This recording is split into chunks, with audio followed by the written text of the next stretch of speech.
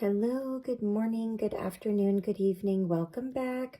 We're going to be reading the 4th chapter in A Guide for Lightworkers by Archangel Michael, channeled by Saratoga Ocean. So join me as we read about our imagination.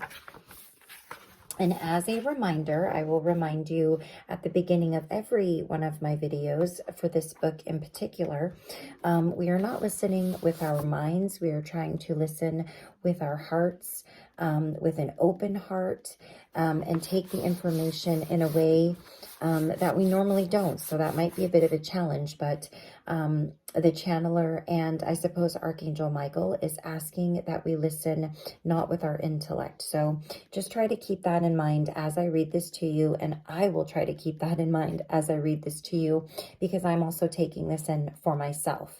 I have not read this book yet. I did mention that, I think, in the first video that I made. We read these together. I hop on before I go to bed. I read to you the amount I would read to myself. With books like this, I find it's better to read one chapter to a half a chapter at a time, depending on the size, just because you usually get a lot of information, and it's a little bit easier to sort of let that information sink in before you move on to the next part. So hopefully that works for you. So let's get started. Chapter 4, Imagination. Imagination is a power and a key to our true selves. In our currently finite state on planet Earth, it is definitely overshadowed by the source of fear. So let us take a moment to look behind the matrix of the finite to see what imagination really has to show us. Imagination gives us a glimpse into our true power as creators. We can literally conceive of anything because our imagination exists as a window into the mind of God, of which we ourselves are an extension. What happens when you place the veil of the finite and the filter of contrast over the innate power of imagination? The entire power goes askew because it is diminished and split into a manifestation of what is inherent in that veil or filter. So rather than functioning as a creator in the universe, you will find yourself functioning as a creator in the finite. You will find your imagination running amok with illusions and conflict, since it subscribes wholeheartedly to the source of fear. How many times have you found yourself imagining all sorts of terrible things that could go wrong in your life? Interestingly, such imaginings are often deemed to be realistic and important, whereas imaginings of beautiful, positive things are often invalidated as daydreams or unrealistic wanderings. Overall, imagination carries a connotation of frivolity, which is not helpful when you realize how significant it is to our collective evolution. If we cannot imagine and realistically believe in something other than what we now know, we will continue to remain trapped in this current paradigm of conflict, death, and the substantial limitation of our finite world. What we are looking for now exists in an entirely new dimension of our gift of imagination. That dimension can be found in that which transcends our collective belief in the source of fear. This is where we must go to learn to connect our imagination with our hearts, instead of connecting it with the ego and the thinking mind. As we have already stated, the heart exists in an at-one-ment with God, infinite love, and the real world. This must necessarily be experienced and therefore understood as reality. If we settle for this as a mere philosophical concept, there will be no practical benefit whatsoever.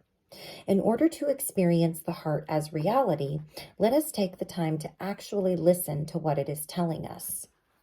Let's begin with an extreme example. Let's say that someone close to you, someone who you love very much, dies unexpectedly. Your immediate reaction will be no.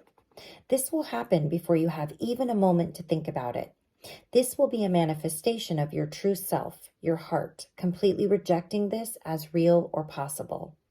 As the realization of yet another death on this planet sinks in, your mind will try to help you by trying to find some good in it as you make every attempt to adjust to the circumstances and survive. Yet in your heart of hearts, you will never be able to understand why this happened or to truly accept it. The real reason that you will not be able to understand this in your heart is because the heart is connected to the real world, where death and loss do not exist.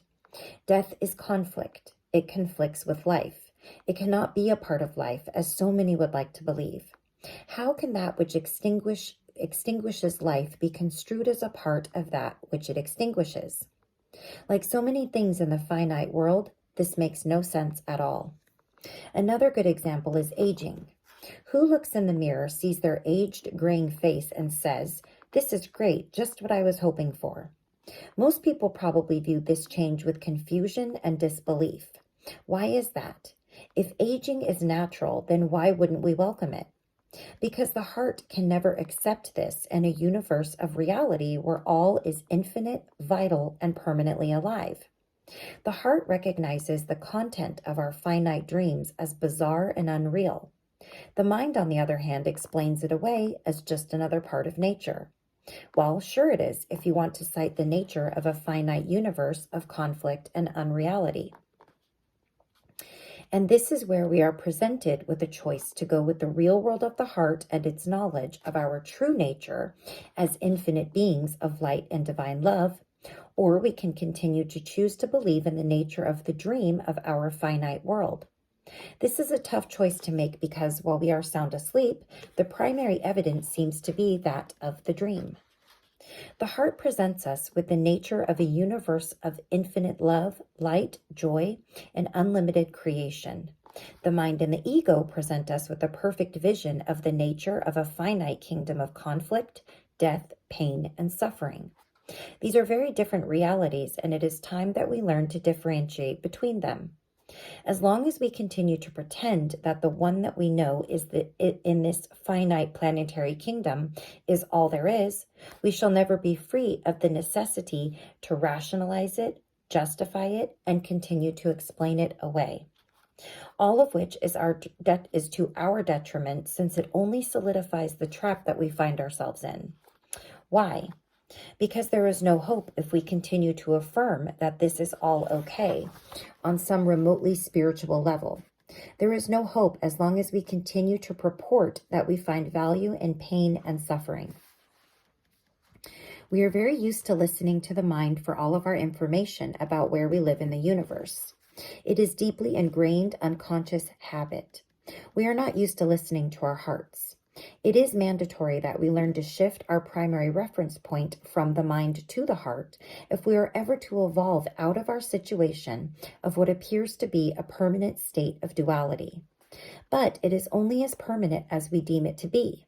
As long as we continue to accept this filter of good, bad, right, wrong, life, death, happy, sad, etc., and continue making excuses for it, we shall not be able to wake up from this very old dream.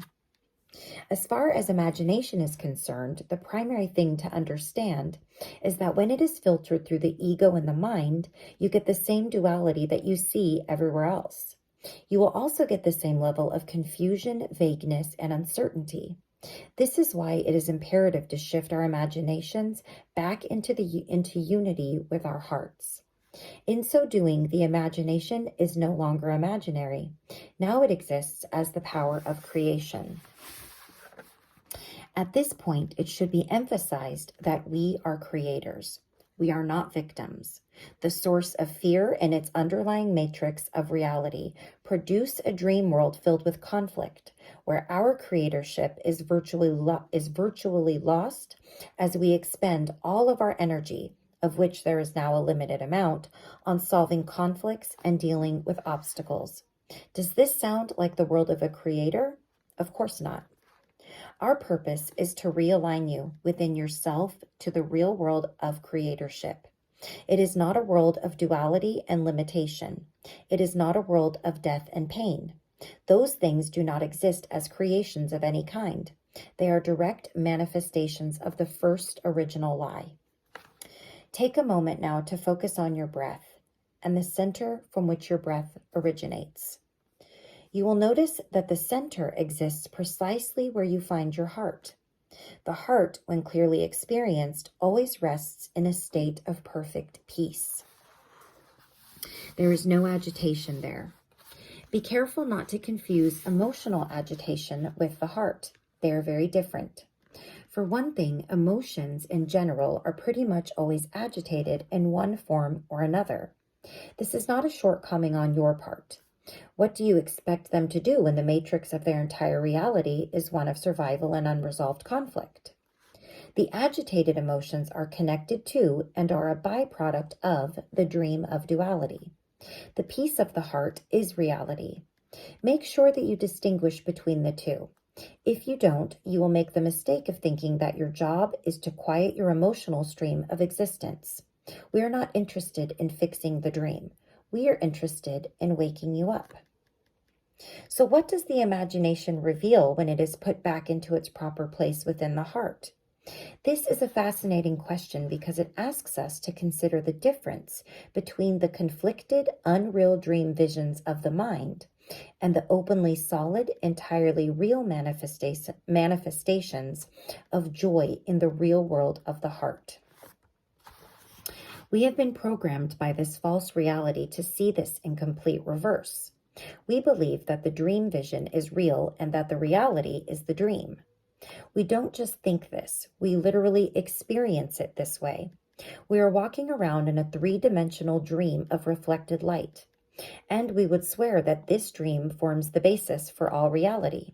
It doesn't. In fact, it doesn't form the basis for any reality whatsoever. It is all an illusion. As we said before, imagination is a creative power. When the power of imagination is filtered through the mind, being a dutiful servant of the finite, will tell you that the purpose of imagination is to imagine ways to fix the dream and make it better. It will tell you to think of ways to change the dream into one of more love. It will present you with a false set of precepts and logic, and then it expects you to incorporate that into your mission. It's not the mind's fault. That's all it knows how to do. The mind, in actuality, is what you get when you filter your divine intelligence through the matrix of fear. All right, let me just check this chapter. It's not too much longer. We are now going to present you with an interesting exercise. This exercise is designed to realign and strengthen your creator capabilities. Okay, I will timestamp this because I am going to go through it, but we're not going to do it together at this moment. Close your eyes, follow your breath, and note its origin of movement as the source of your breath emanates from your heart.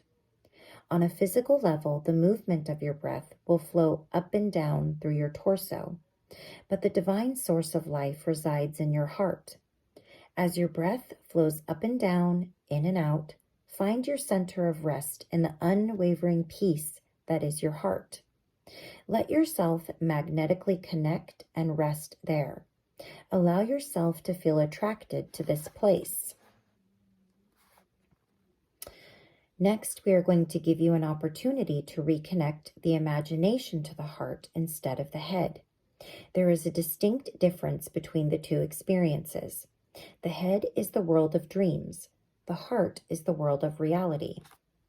Stay at rest within your heart. Open your consciousness to a desire for life that you have within you. It will instantly appear.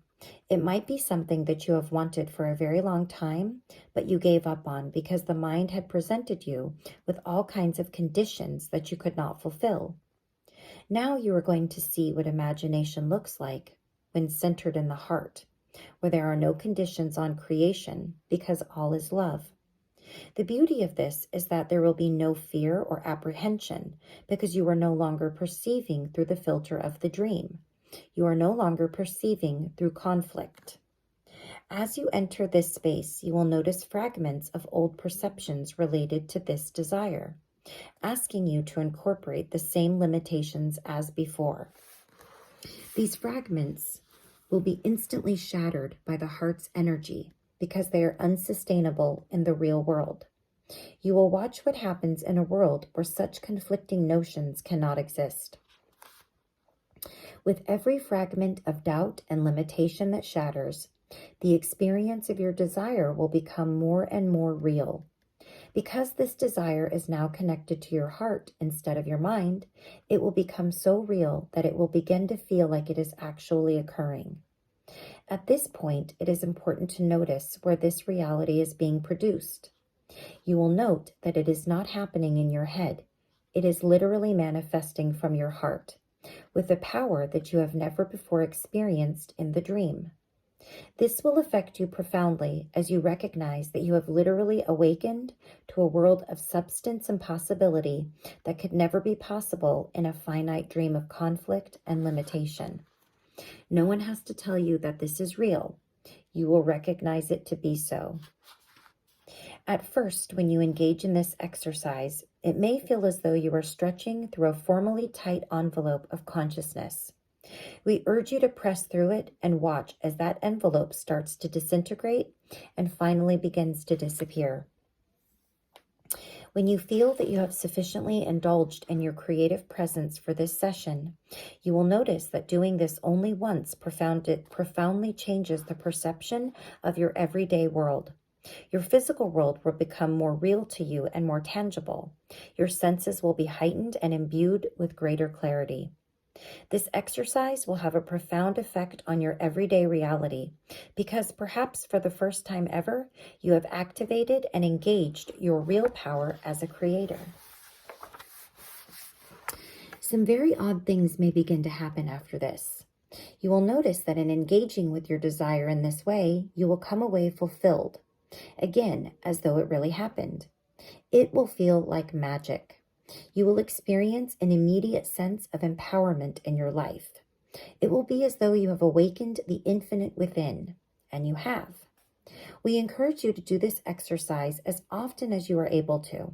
At least once a day is a good idea. You will come to welcome it and look forward to it because you will begin to find yourself in this exercise. Let us now discuss exactly what is happening here. In this exercise, you are shifting your imagination back to where it belongs, in the domain of the heart. This is where there are no filters, so you are experiencing unbridled creative energy, the same energy with which the universes are created.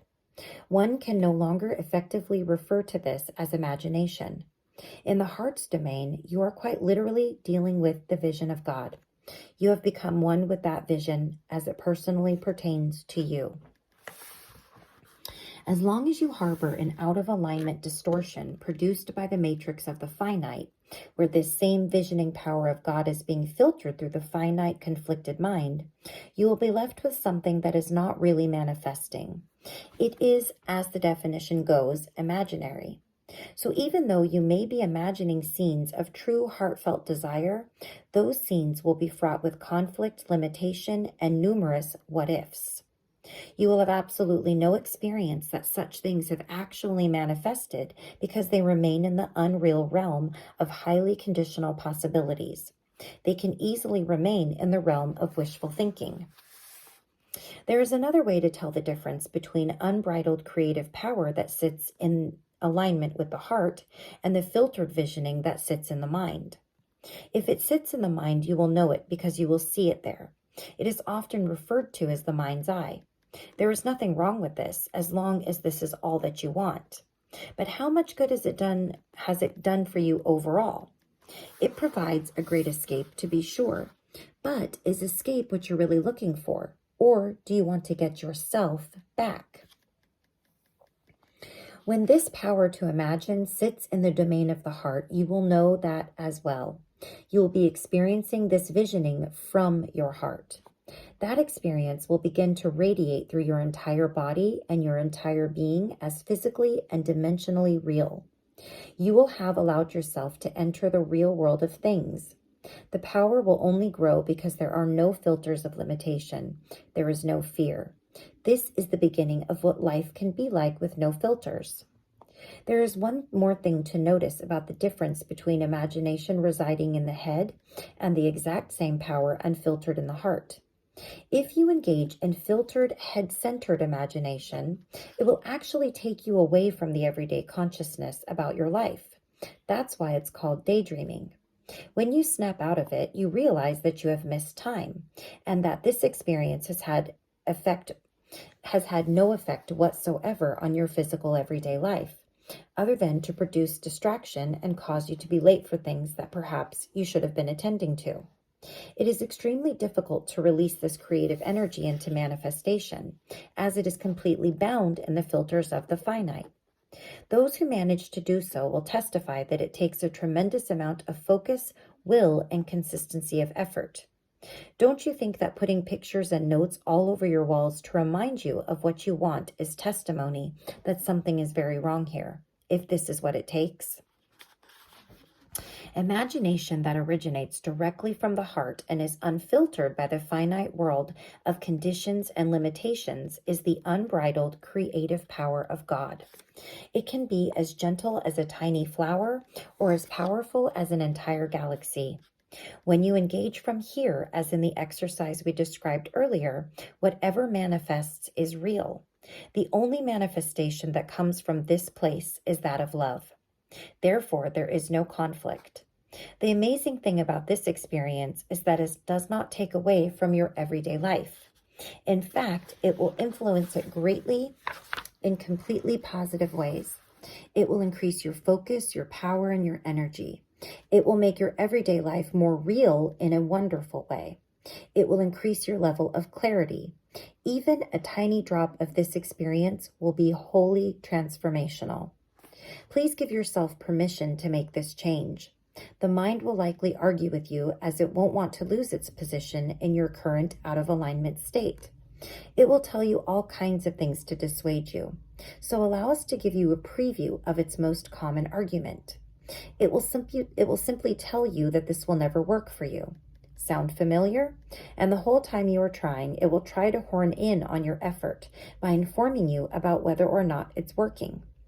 It will do this in the form of a question that sounds something like the following. Is it working? Is it working? The agitation that the mind will express is not really about whether or not it's working. It can't not work. It's who you are, for heaven's sake. The mind's agitation is really about the fact that it doesn't know what to do with the reality where there is no conflict.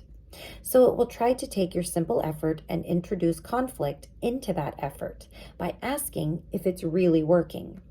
This is basically an irrelevant question to the situation at hand, because you are no longer operating in a dimension of doubt, limitation, fear, and conflict. Recognize that the mind is just trying to do its usual job of filtering through conflict and contrast by attempting to contrast you with this simple exercise by saying it doesn't work. So go ahead and expect this highly predictable reaction from the mind.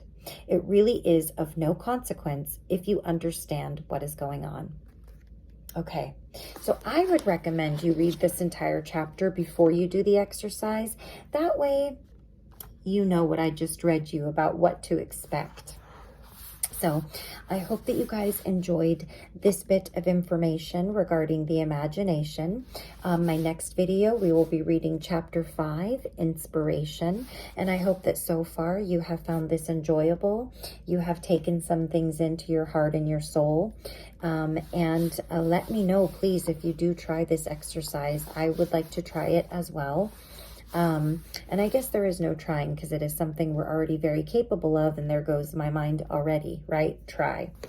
So until next time, please like, please subscribe, please comment if you feel so inclined. I would love to see that. Even if I can just help out one person, that's the greatest feeling in the world. If there's just one person out there who's taking something away from something that I'm putting out there that I feel could benefit others, not just myself, because we're all in this together. So until the next time that we meet up, have a wonderful, beautiful rest of your morning, afternoon, evening, day, week, month, year, lifetime. And I will see you in the next video. Take care. Bye-bye.